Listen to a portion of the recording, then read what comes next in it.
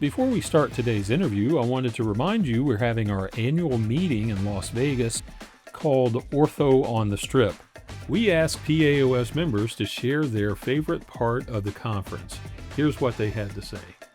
I got to sit in on some amazing lectures. The speakers that they had ranged from all different backgrounds. I also got to do a little clinical application of casting and splinting. So it was really cool to also have that hands-on experience. The conference was a wonderful experience, and it was definitely rewarding to meet people that share my interest and passion for orthopedics, and I think I made a lot of great connections and got a lot of good advice. It's so great to get to network, but also just great to kind of see what the foundation and, the PAOS is doing. So it was a really fun time. And I will say they also had an awesome breakout session for new PAs who were in the clinical setting for less than 5 years, and getting to hear their experience was also invaluable. I hope to see you there, September the 1st through the 5th. Please sign up as the spots are going quickly.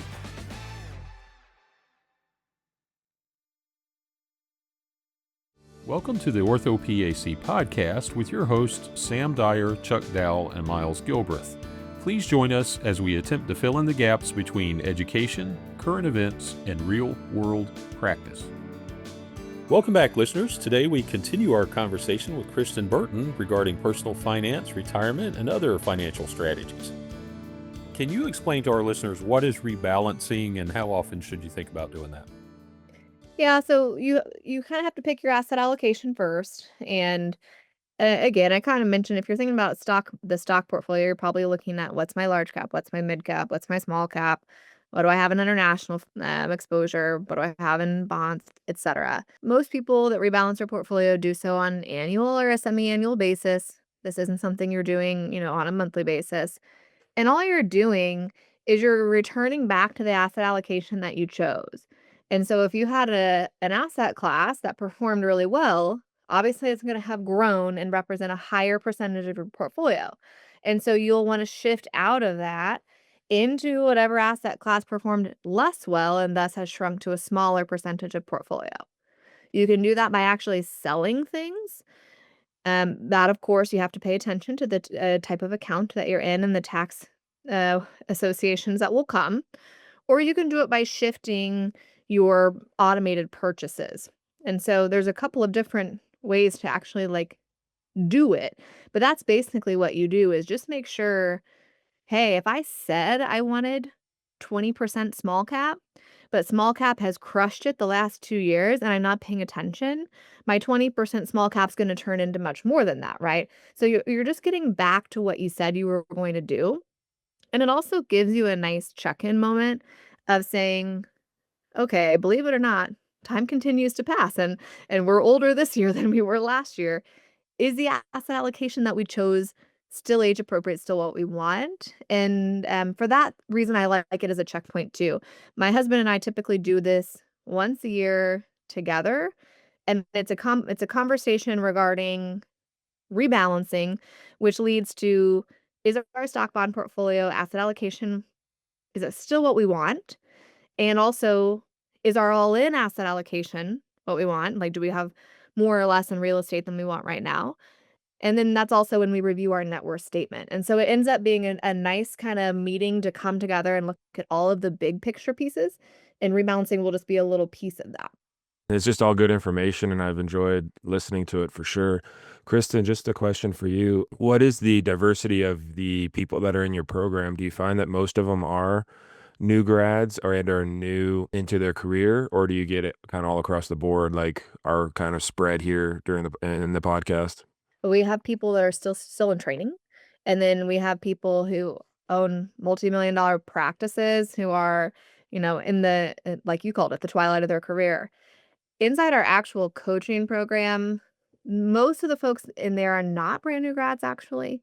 We really focus on building wealth. And as a brand new grad, you really have to kind of establish yourself, clear that credit card debt from school, build up some cash reserves. So those people actually tend to be in their 30s and 40s, and really focus on the wealth accumulation phase. I'll say our world tends to be filled by PAs and Ps and pharmacists, because most of us have great income. quite a lot of student loan debt. And to be honest, we're left out of a lot of the personal finance education that tends to be very driven towards physicians. And so those three professions tend to gravitate towards us and go, oh, look, I found other people just like me. Finally. Yeah, it's interesting throughout my career. And when I first started, I was very kind of like you, interested in the finance side of things. And, some of the best advice I got was compounding gains is important. And so I put, the 15 to 20% plus made sure I matched, the company match with my 401k the first 5 to 8 years to allow for that growing interest. Because if as you have said in some of your videos, if you do that, it significantly reduces your need to, and the amount you have to put in later on in your career, if that becomes the case and you don't focus on that right up front. Oh, yeah, so smart. And honestly, most people, especially early on, really undervalue what that employer contribution can do and how big of an employer benefit that truly is. I think the other thing I was taught, which I'm curious what your thoughts were on, is that, if you look at your debt, I think it's important to evaluate the percentage of interest that you're paying for those debts and always try to pay off that higher percentage first. I was lucky enough, and as Sam has mentioned, I'm in the middle of my career, graduated in 2003, but my interest for my loans are in the 2 percentile. And so I've kind of not focused on paying those off as aggressively, and I focused on kind of higher interest loans, because that's where I'm going to get the most out of, because 2%, I can make more than that in the stock market if I invest that money. It's kind of my thought process. Yeah, I completely agree, and I think that's one of the areas I probably honestly don't clarify at that point enough. I try so hard to get people to focus on the fact that there's actually a lot of strategies surrounding student loans that I sometimes forget to really lean into the fact that high interest debt is really treated completely separately. And also debt tied to an income producing asset is treated separately. And so if you have, credit card debt or personal loans that have interest rates, 10, 20, 30%, you have to clear that in a very aggressive and different way than if you have a whole bunch of student loans at 3% or, federal student loans. And on the same token, if you have investment properties that carry a mortgage and they cash flow, well, that's gonna be the bottom of the barrel, right? Like, as a matter of fact, a good real estate investor would probably say, "Hey, when you end up having a nice loan to value ratio there, do a cash out refinance and make sure you maintain the debt on that property and reinvest that money." And so that looks different. I am really against the idea of, like, all debt is the same, it all has to be treated the same way. Debt does introduce risk, of course, and I think you constantly have to be asking yourself, "What is my financial risk and how have I mitigated it?" But to sit and say, "Hey, the $60,000 in credit card debt is the same as the $60,000 in federal student loans," not even close. Yeah, I think it's interesting because I always evaluate my debt compared to what I could potentially make from an investment strategy with the 8 to 10% return or whatever it may be in the stock market. Of course, as you said, not during these times, but during the good times. Yep. And so I think, hey, do I really want to make this extra payment into this, or would I do better with my money in investing it and getting that gain out of it and using that gain to then potentially pay that debt off, in the future? Yeah, Chuck, absolutely. did you say your student loans were at 2%? Yeah, And 2.8 that's a federal loan or that's a privatized loan? federal. Yeah. Yeah, well, that's so you compare that to me coming out where the rates for me were 7.8 and 8.8 respectively, right? And so I'm sitting around at 8% effective interest rate on those federal loans. So for me, it was I get rid of those ASAP, right? Like that's a high interest debt. I wouldn't take private debt at that percentage personally. Obviously, real estate in the future probably will have to. But yeah, that's all. I mean, I agree Oh, with your strategy.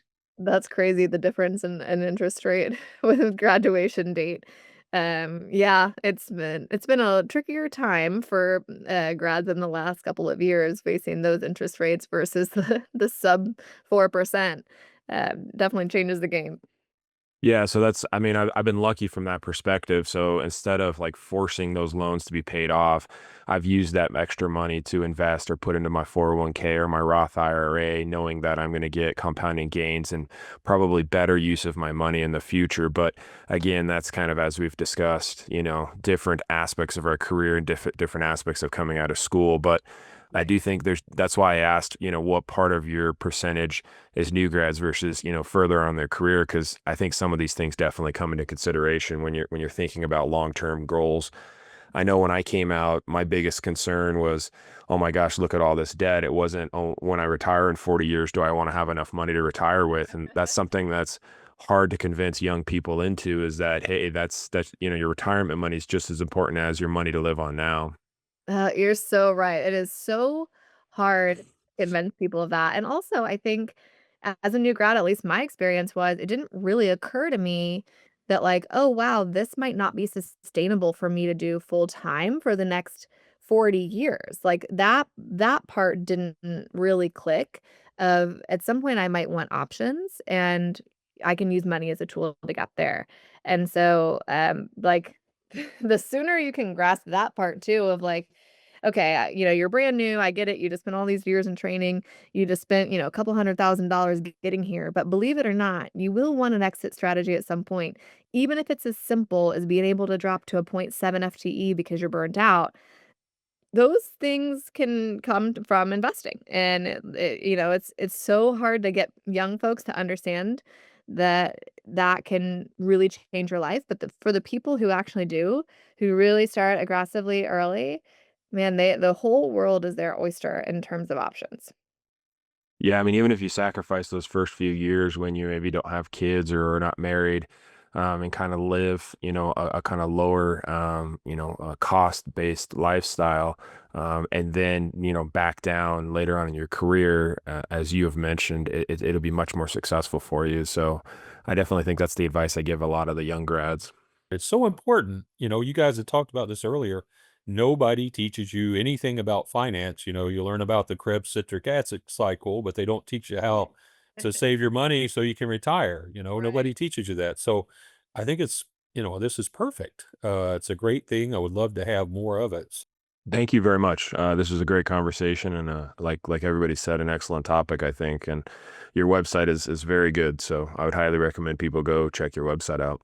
Thank you. I appreciate it. Would you like to share your website information and your company information one more time? Yeah, we're millionairesinmedicine.com. And actually, if you go to millionairesinmedicine.com/community, that is where you can get access to our free club. There's a bunch of free resources inside, a whole bunch of like, YouTube trainings, downloadable content, etc. So check that out. That's the easiest way to get started. And then you can talk to other medical professionals doing cool stuff with money too. Awesome, Kristen. Thank you so much. Listeners, this is Kristin Burton, a PA who has expertise in finance and retirement and savings and investing. And I hope you can take some time and go check out her site and her information. And we'll definitely have Kristen back in some form or fashion as we go along. So, Kristen, thanks for being on today. Thank you guys. I appreciate your time. PAOS is coming to Las Vegas this year. Our annual meeting is from September 1st through September 5th. This is an excellent opportunity to connect with other PAs throughout the orthopedic profession. There's a lot of excellent speakers and topics lined up for the conference, as well as hands-on labs that will help you improve your orthopedic skills. So don't hesitate to sign up as spots are filling up fast, and hope to see you in Vegas.